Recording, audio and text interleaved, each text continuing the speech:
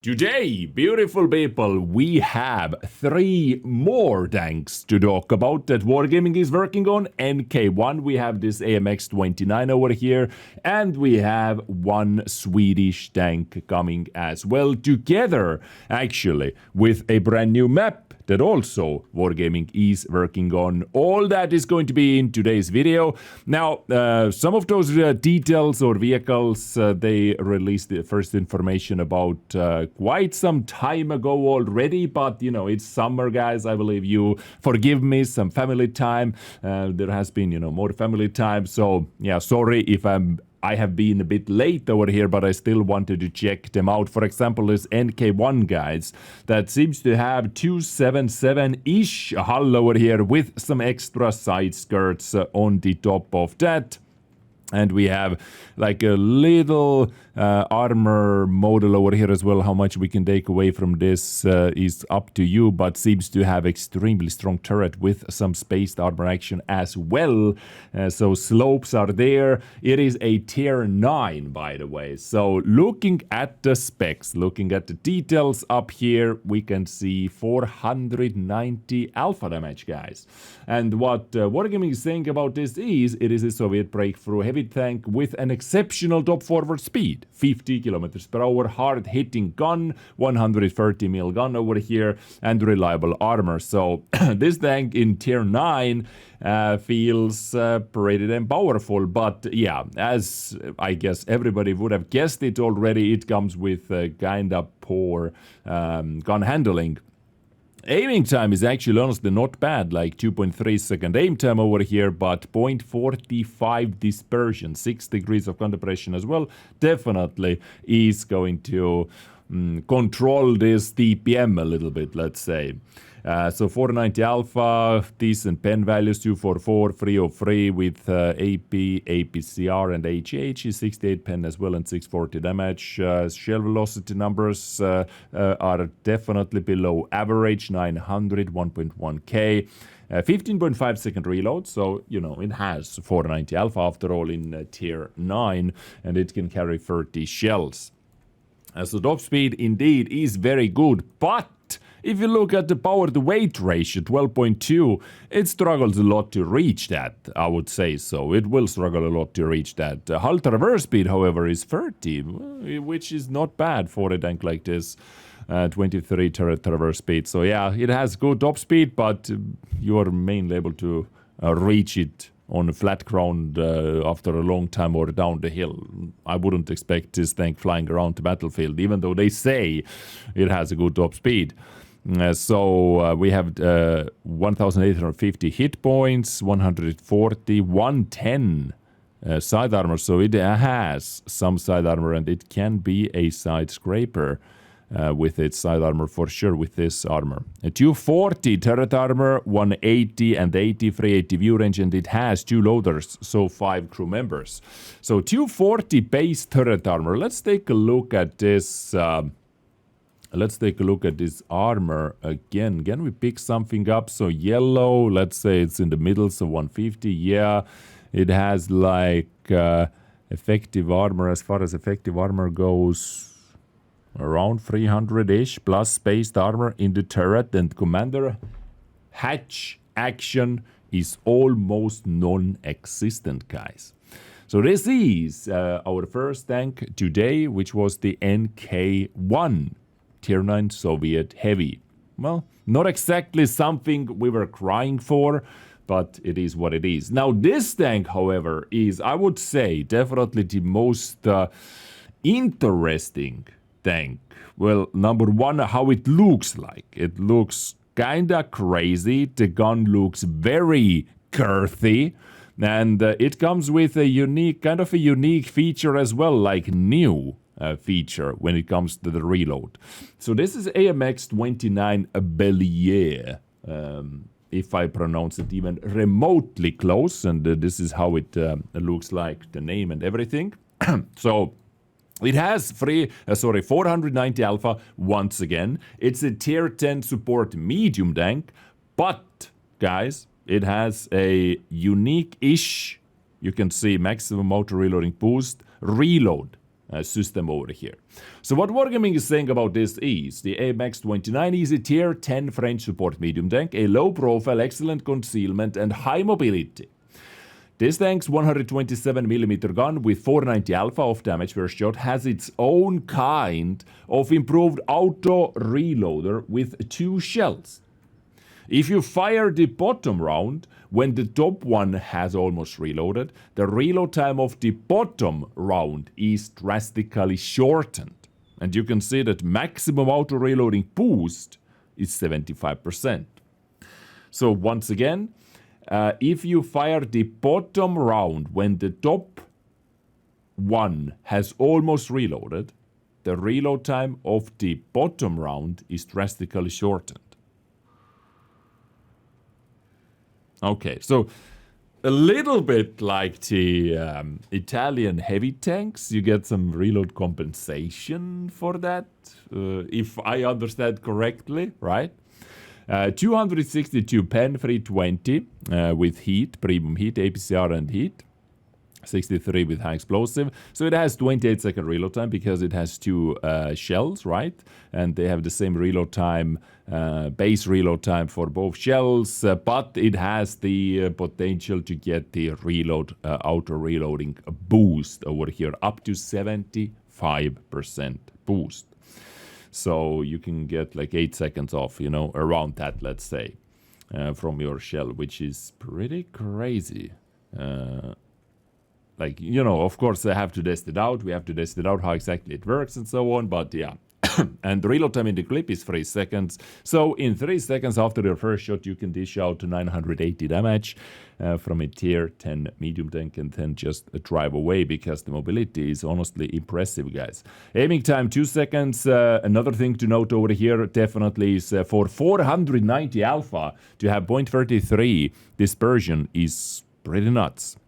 One thing holding is this tank back is definitely gun elevation angle, 6 degrees gun operation, 12 elevation, 36 shells in total. And they mentioned good top speed and indeed, or good mobility overall, and indeed, it looks very good. 63, 23, and good power to weight ratio as well, and good traverse speed numbers over here. So close to 30 power to weight ratio with that mobility. And it's very low profile, very tiny, good camo. Look at this camo, guys. Moving camo, 13.22, 17. No armor whatsoever. It has some armor in the front of the turret, 200, but hull is complete cheese. Yeah, it has heavy slopes, but overmatch kicks in. Like you need 60, let's say 60 millimeters of caliber to overmatch that. 390 meter view range, 3 crew members as well. This is AMX-29 Belier. So, you know, this is how it looks like once again in the game. It looks weird. The gun looks very curvy for this vehicle. It's like a big version of ELC with the beacon. You know, the ELC BIS, the tier 5 one, right? This thing definitely is looking somewhat cool. And finally, we have Strv T FM right over here. This Wargaming says that this vehicle combines the strengths of Swedish and French auto-loading heavy tanks. It offers an excellent gun depression, 12 degrees, reliable though not invulnerable turret armor, and gun with 440 alpha damage. So let's take a little look. Strv T FM 53, heavy support tank, 440 alpha indeed, 3 shells, 33 second reload time. So you have very solid 1320 clip damage potential in 6 seconds after the first shot. Aim time is long, dispersion not the best, but gun depression is good. Slopey angle turret as well. So, you know, usual, like the classical Swedish heavy with, you know, not the best gun handling, but the clip damage potential is definitely there. 40 top speed, 15.8 power to weight ratio, decent, 33 hull rotation speed, 25 turret, its nominal armor value is very weak, very weak. So it has to rely on the hull down slopes, and it is quite sloped, but it definitely. I don't think he's going to be invulnerable. The slope. Well, this will add quite some, right? 390 meter view range as well, and 3 crew members, commander, gunner, and driver. So this is Strv T FM 53. Definitely out of those 3 tanks. Like, this is more of the Emil 2's territory, right? The tier 9 Emil also has the same 440 nice solid alpha. Out of those 3 tanks, for me, this is the most exciting one, especially with the reload feature, then the Strv maybe, and, Soviet heavy is Soviet heavy. This doesn't seem to be like a weak tank, but, definitely the gun handling is going to hold it back a little bit. So next up, let's also talk about a upcoming map, Greenland, guys. Quite a big map, the 1,200 by 1,200 meter map. This setting is located somewhere in the east. The core idea is to create a large urban map focused on close quarters combat. It features multiple flanking routes and partially isolated combat zones, while still allowing all vehicle types to find their role. And, you can get direct hints, or not hints, but you can resemblance from many different maps. Like, this is, of course, the Safe Haven. Really reminds me the Safe Haven, the port area, all those increased map terrains over here. Actually, ships parked, ships over here. But also in the middle of the map. Like, this looks almost exactly like Safe Haven, to be honest with you. Not exactly, but, very, very, very similar. So you have some inside fighting action. And also, there is a middle of the map. On the middle of the map, there is kind of a mines-like hill also to conquer. So this is how it looks like from the bird's eye view. From some angles. Yeah, it's quite a big one. Quite a big one for sure. And the mines section, which I was talking about, is up there. Mines, or this one, right? Mines, or what is the Pearl River? Yeah, Pearl River as well. That has the middle.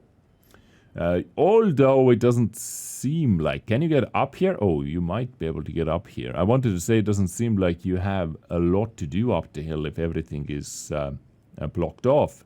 But if you're able to go up here, then maybe something. Let's take a look at from the other angle. Yeah, you're definitely able to get up here. But all the way up there, maybe with a lightly armored or smaller tanks. Yeah, you might be able to take the stairs from here. Because this is blocked off, as you can see. Alright? Yeah, you might be able to climb up from there like this. And also here. And this is the board section.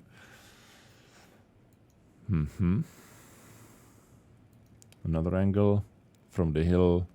Bushes, good for scouts as well. It doesn't seem to be very tunnely, to be honest with you, which is definitely something I do like. So, switching flanks, you have some protection, you have houses. You don't have to be worried about getting shot while, having a massive, huge, open area where the tank destroyers are dominating too much. So this is Greenland, ladies and gentlemen. Another map in the Super Dest. I wonder how many maps do you actually have in the Super Dest, to be honest with you. Because we have seen, and I have shown you, many maps that they are working on, but we are not getting those in the game. Like, someone is spending time. There is a team, most likely, spending time coming up with the maps, building them. Building a map takes a long time. We all understand that. It takes a freaking long time. But I believe I have featured on this channel maybe 20 maps that have been in the recon mode testing, that have been in the super testing, but are not in the game yet. I really want to know what the hell is going on with those maps. It seems like overall, it's 1,000 by 1.2K by 1.2K map, but I really wonder how much unplayable area we have over here. And it doesn't seem like we have a lot of unplayable area. There is something open everywhere. Yeah, I'm trying to scan it. So, guys, let me know what do you think about that. What do you think about super test vehicles coming? Anything exciting for you? Please hit me up in the comment section down below. Thank you so much for tuning in. I will catch you next time with something else. Stay awesome, stay beautiful, enjoy summer, and bye.